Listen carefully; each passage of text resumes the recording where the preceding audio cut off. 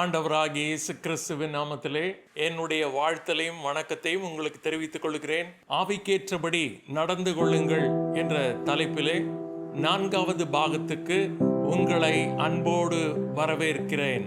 பிரியமானவர்களே, இந்த தொடர் செய்தியின் ஆதாரமாக கலாத்தியருக்கு எழுதின நிருபம் 5ஆம் அதிகாரம் 20ஆம் வசனத்தின் முதல் பகுதியை வாசித்து உங்கள் மத்தியிலே சிந்திக்க விரும்புகிறேன். விக்கிர ஆராதனை, பில்லி சூனியம், மாம்சத்தின் கிரியைகள் வெளியரங்கமாயிருக்கின்றன என்று பவுல் கலாத்தியர் 5ஆம் அதிகாரம் 19 முதல் 21ஆம் வசனம் வரை சொல்லிக் கொண்டு வருகிறார். அதாவது மாம்சம் என்றால் நம்முடைய பழைய சுபாவம் என்னென்ன காரியங்களை வெளிப்படுத்துகிறது. கடந்த பாகத்திலே நாம் சிந்தித்த போது விபச்சாரம், வேசித்தனம், அசுத்தம், காமவிகாரம். அந்த வரிசையிலே இன்றைய தினத்திலே விக்கிர ஆராதனை, பில்லி சூனியம் என்ற 2 காரியங்களை நாம் சிந்திக்க இருக்கிறோம். விக்கிர ஆராதனை எப்படி மாம்சத்தின் கிரியாய் இருக்க முடியும் என்று நாம் ஆச்சரியப்படலாம்.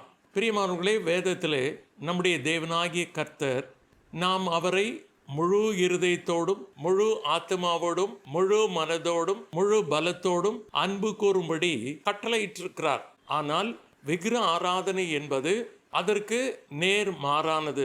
விக்கிர ஆராதனை என்ற வார்த்தையினுடைய மூல பாஷையிலே ஐடோலேட்ரியா என்ற வார்த்தை பயன்படுத்தப்பட்டிருக்கிறது. அதாவது கல்லினாலோ அல்லது மரத்தினாலோ வேறு எந்த பொருளினால் செய்யப்பட்ட விக்கிரத்தை வழிபடுவதற்கு பெயர்தான் விக்கிர ஆராதனை. பிரியமானவர்களே, தேவன் விக்கிர ஆராதனையை அருவருக்கிறார். அதனால்தான் 10 கட்டளைகளை கொடுக்கும்போது என்னை அன்றி உனக்கு வேறே தேவர்கள் உண்டாயிருக்க வேண்டாம், மேலே வானத்திலும் கீழே பூமியிலும் பூமிக்கு கீழானவைகளுக்கு ஒப்பாக ஒரு சொரூபத்தை ஆகிலும் விக்கிரகத்தை ஆகிலும் உனக்கு உண்டாக்க வேண்டாம், அவைகளை சேவிக்கவோ நமஸ்கரிக்கவோ வேண்டாம் என்று தேவன் முதல் 2 கட்டளைகளிலே கட்டளையிட்டிருக்கிறார். அவர் வைராக்கியம் உள்ள ஆண்டவர், தன்னுடைய மகிமையை விக்கிரகங்களுக்கு கொடேன் என்று சொல்லியிருக்கிறார். அதனாலே இங்கே பவுல் விக்கிர ஆராதனையை மாம்சத்தின் கிரியையாக கொண்டு வருகிறார். பிரியமானவர்களே, இன்றைக்கு நாம் சொல்லலாம், நாம் எந்த சிலையும் வழிபடுவதில்லை, எந்த விக்கிரகத்தையும் வழிபடுவதில்லை, நாங்கள் மெய்யான தேவனாகிய கர்த்தரை மட்டுமே வழிபடுகிறோம், கர்த்தராகிய இயேசு கிறிஸ்துவை நாங்கள் தொழுது கொள்ளுகிறோம் என்றெல்லாம் நாம் சொல்லலாம். ஆனால் வெறும் சிலைகளை வைத்து வணங்குவது மட்டும் விக்கிர ஆராதனை ஆகாது. விபச்சாரக்காரனாவது, அசுத்தனாவது, விக்கிர ஆராதனைக்காரனாகிய பொருளாசைக்காரனாவது தேவனுடைய ராஜ்யமாகிய கிறிஸ்துவின் ராஜ்யத்திலே சுதந்திரம் அடைவதில்லை என்று அறிந்திருக்கிறீர்களே. விக்கிர ஆராதனைக்காரனாகிய பொருளாசைக்காரன் என்று சொல்லப்பட்டிருக்கிறது. இன்னும் கொலோசியர் 3ஆம் அதிகாரம் 5ஆம் வசனத்தை நாம் வாசித்தால், ஆகையால் விபச்சாரம், அசுத்தம், மோகம், துர்இச்சை, விக்கிர ஆராதனையான பொருள் ஆசை ஆகிய இவைகளை பூமியில் உண்டு பண்ணுகிற உங்கள் அவயவங்களை அழித்து போடுங்கள். விக்கிர ஆராதனையான பொருள் ஆசை என்று போல் சொல்லுகிறார். பிரியமானவர்களே, நாம் வாசித்த இந்த 3 வேத பகுதி, அதாவது கலாத்தியர் 5ஆம் அதிகாரம் 19, 20ஆம் வசனத்தின் முதல் பகுதியும், எபேசியர் 5ஆம் அதிகாரம் 5ஆம் வசனம், கொலோசியர் 3ஆம் அதிகாரம் 5ஆம் வசனத்தை நாம் சேர்த்து படித்தால் விபச்சாரத்திற்கு அடுத்ததாக விக்கிர ஆராதனை வருகிறதை நாம் படிக்க முடியும். அப்படியானால் இந்த விபச்சாரத்திற்கும் விக்கிர ஆராதனைக்கும் நெருங்கிய தொடர்பு இருக்கிறது. பழைய ஏற்பாட்டு காலத்திலே இஸ்ரவேல் மக்கள் அடிக்கடியாக விக்கிர ஆராதனையில் விழுந்து போனார்கள்.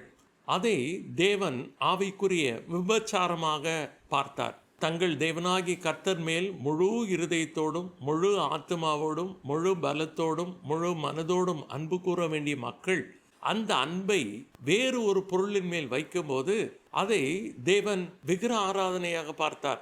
இங்கே நாம் வாசித்த எபேசியர் 5:5, கொலோசியர் 3:5 பொருளாசையான விக்கிர ஆராதனை, அதாவது தேவனுக்கு கொடுக்க வேண்டிய முக்கியத்துவம், அவருக்கு கொடுக்க வேண்டிய முதலாவது இடம் வேறு யாருக்காவது வேறு எந்த காரியத்திற்காவது கொடுக்கப்படுமானால் அதை வேதம் விக்கிர ஆராதனை என்று அழைக்கிறது. அதனால்தான் மனைவியாவது, பிள்ளைகளையாவது, தாய் தகப்பனையாவது என்னை காட்டிலும் அதிகமாக நேசிக்கிறவன் எனக்கு பாத்திரன் அல்ல என்று கர்த்தராகிய இயேசு கிறிஸ்து சொல்லி இருக்கிறார். இன்றைக்கு அநேகர் விக்கிரகங்களை நாங்கள் வழிபடுகிறதில்லை, தேவனை மட்டுமே வழிபடுகிறோம் என்று சொல்லுகிறார்கள். ஆனால் தங்கள் வாழ்க்கையிலே அநேக காரியங்களுக்கு முக்கியத்துவம் கொடுக்கிறார்கள். தங்கள் வேலைக்கு முக்கியத்துவம் கொடுக்கிறார்கள், தங்களுடைய குடும்பத்திற்கு கொடுக்கிறார்கள், ஏன் ஆண்டவரை விட ஊழியத்திற்கு அதிக முக்கியத்துவம் கொடுக்கிறார்கள். இப்படி ஆண்டவர் இருக்க வேண்டிய இடத்துல யார் இருந்தாலும் எது இருந்தாலும் அது விக்கிரகமே. எபேசியரிலும் கொலோசியரிலும் பவுல் அவர்களுக்கு எச்சரித்து சொல்லுகிற காரியம் என்னவென்றால், இந்த விக்கிர ஆராதனை என்ன கொண்டு வருகிறது என்று எபேசியரில் சொல்லுகிறார். இப்படிப்பட்டவர்களை செய்கிறவர்கள் தேவனுடைய ராஜ்யமாகிய கிறிஸ்துவின் ராஜ்யத்தில் சுதந்திரம் அடைவதில்லை என்று அறிந்திருக்கிறீர்களே. பொருளாசையான விக்கிர ஆராதனை செய்கிறவர்கள் தேவனுடைய ராஜ்யத்தில் சுதந்திரம் அடைவதில்லை என்று அறிந்திருக்கிறீர்களே. கொலோசியருக்கு அவர் எழுதும்போது, இப்படிப்பட்டவைகள் நிமித்தம் கீழ்ப்படியாமையின் பிள்ளைகள் மேல் தேவ கோபம் வருகிறது என்று சொல்லுகிறார். அப்படியானால் நாம் நம்முடைய இருதயத்தை நம்முடைய தேவனாகிய கர்த்தருக்கு கொடுக்க வேண்டிய இடத்தை வேறு யாருக்கு, வேறு எந்த பொருளுக்கு, வேறு எந்த காரியத்திற்கு கொடுப்போமானால் அதிலே தேவன் பிரியப்பட மாட்டார். அங்கே தேவ கோபம் வெளிப்படுகிறதாக நாம் ஆசிக்கிறோம். அது மட்டுமல்ல, வெளிப்படுத்தின விசேஷம் 21 பயப்படுகிறவர்களும் அவிசுவாசிகளும் அருவருப்பானவர்களும் கொலைபாதகரும் விபச்சாரக்காரரும் சூனியக்காரரும் விக்கிர ஆராதனைக்காரரும் பொய்யர் அனைவரும் இரண்டாம் மரணமாகிய அக்கினியும் கந்தகமும் எரிகிற கடலிலே பங்கடைவார்கள் என்றார்.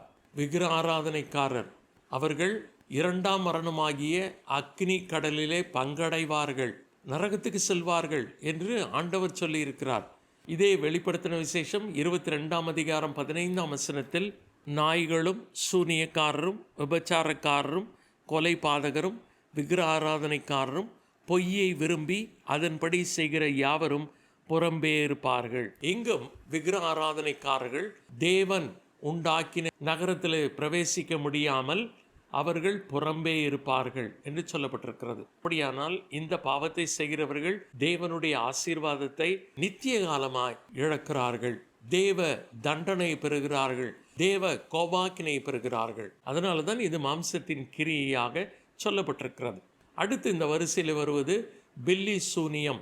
இந்த வார்த்தையினுடைய மூல பாஷையிலே ஃபார்மகேயா என்ற வார்த்தை பயன்படுத்தப்பட்டிருக்கிறது.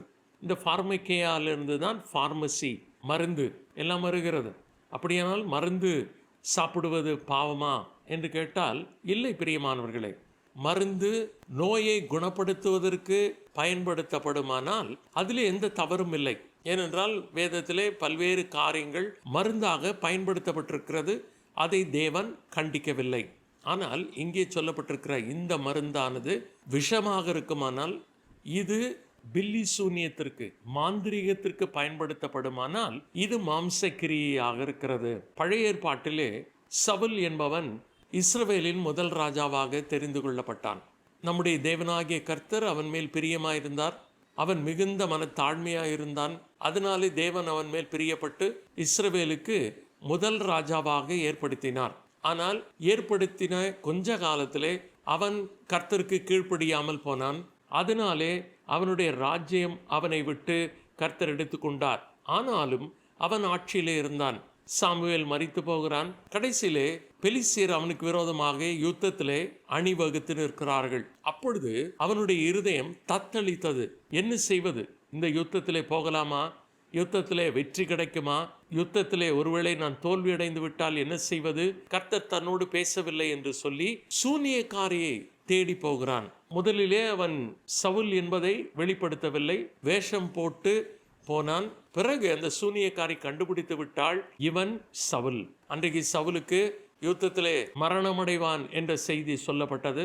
அவன் சூனியக்காரி தேடினதனாலே, மாந்திரிகத்தை நாடினதனாலே கர்த்தர் அவனுக்கு கொடுத்த தண்டனை 1 நாளாகமம் 10 13-14 அப்படியே சவுல் கர்த்தருடைய வார்த்தையை கை கொள்ளாமல் கர்த்தருக்கு செய்த தன் துரோகத்தின் நிமித்தமும் அவன் கர்த்தரை தேடாமல் அஞ்சனம் பார்க்கிறவர்களை கேட்கும்படிக்கு தேடினது நிமித்தம் செத்து போனான்.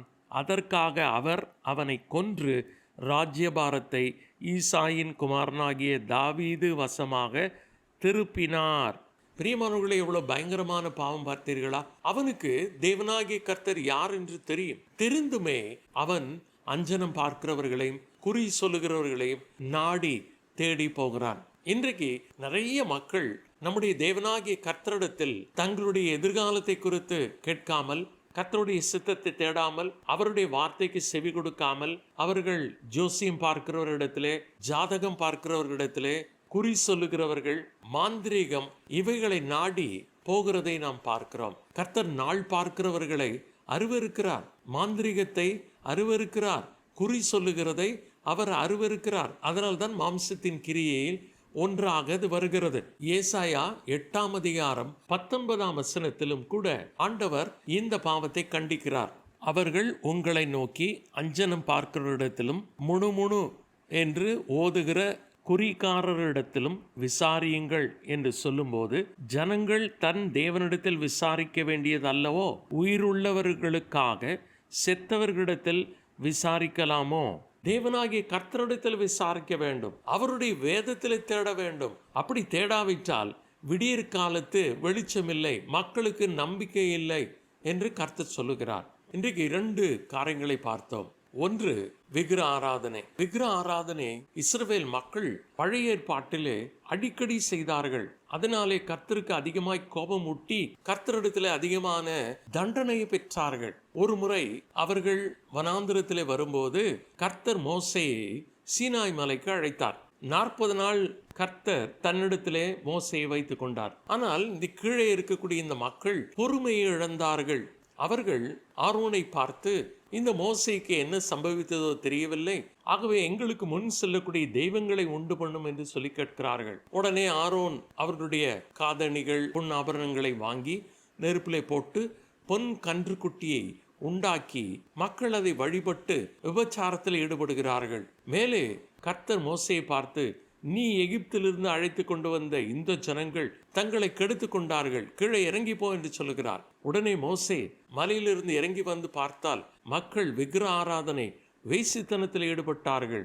அதனாலே கர்த்தருடைய கடும் கோபம் வந்தது. மோசே கர்த்தருடைய பாதத்திலே விழுந்து, ஆண்டவரே, இந்த ஜனங்களை மன்னித்தருளுவேனானால் மன்னித்தருளும், இல்லாவிட்டால் என்னுடைய பெயரை உம்முடைய புஸ்தகத்திலிருந்து கிறுக்கி போடும் என்று கர்த்தரிடத்தில் மன்றாடினதனாலே ஆண்டவர் இன்றைக்கு மக்களை முற்றிலும் சங்கரிக்காமல் தப்ப விட்டார். இப்படி பல்வேறு சந்தர்ப்பங்களிலே இந்த மக்கள் விக்கிர ஆராதனையில் ஈடுபட்டார்கள். அன்றைக்கு தேவனுடைய ஆலயத்தை கட்டின சாலமோன் அந்நிய பெண்கள் மேல் ஆசை வைத்ததினாலே அந்த பெண்கள் அவனுடைய இருதயத்தை வழுவி போக பண்ணினார்கள்.